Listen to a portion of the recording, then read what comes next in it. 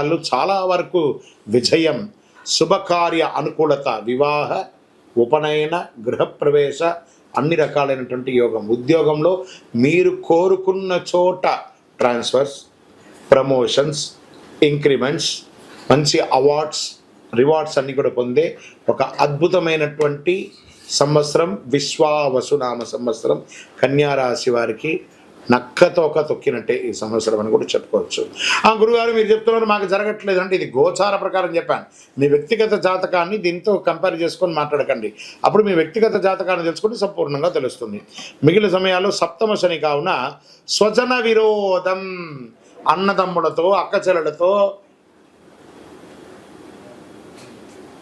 విరోధం అని కూడా చెప్పచ్చు.